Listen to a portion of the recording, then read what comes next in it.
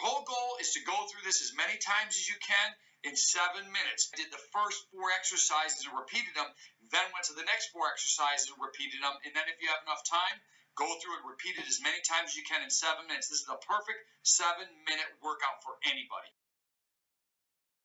The exercise we're doing now is called up and down with no hands. The purpose of this exercise is to engage every muscle in your body to get you off of the ground. You're going to engage your core, your glutes, everything. Your hands or your arms cannot touch the ground. No hands, no arms. Keep working at it.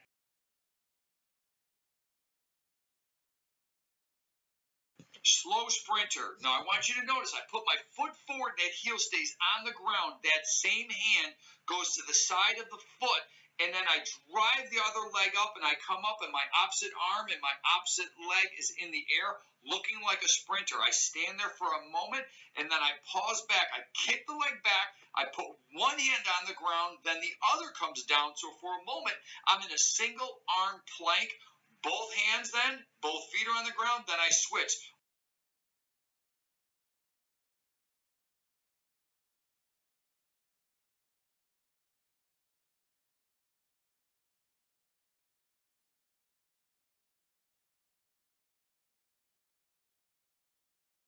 The next exercise is over and under the fence. I love this as another warm-up. I make all my athletes do it. I don't care if they're pro or they're college or they're high school or middle school.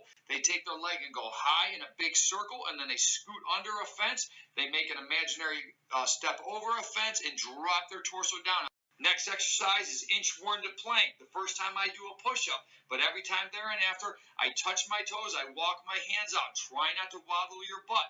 Try to keep your core nice and tight. Walk all the way out into a plank, pause in the plank, walk your hands back. You're going to notice I'm not that flexible, so I bend at the knees a little bit. Try not to bend at the knees if you don't have to. If you have to, then bend at the knees, but don't bend a lot at the knees. Walk all the way out, hold the plank, walk all the way back.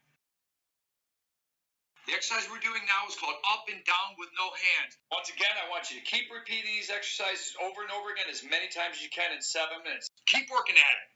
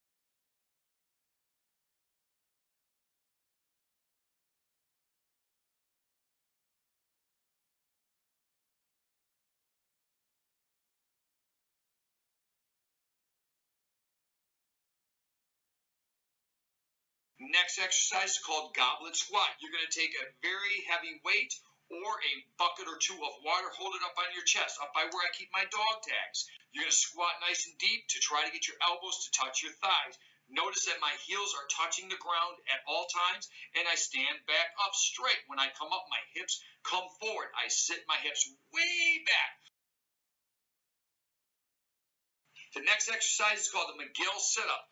What you're going to do is take your fingertips and close your hands up behind your lower back. You're going to bend one knee so that foot is on the ground flat.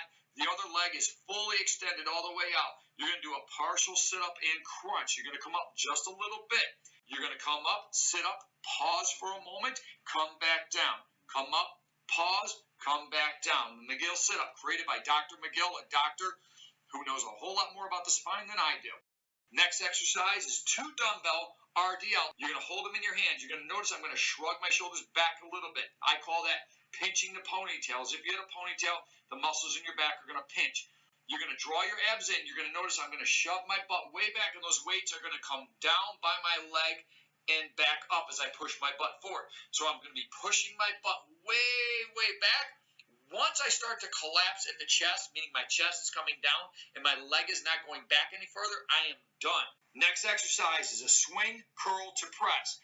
I have moderate weighted dumbbells in my hands. I'm going to swing using my hips. So I pop my hips forward and I kind of heave-ho the weights up there without arching my back.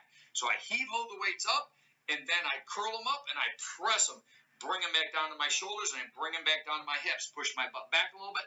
Pop my butt forward a little bit, curl them up, and press them up. I'm engaging my hips along with the curl and the press. Remember, we're athletes, and we want to move like athletes.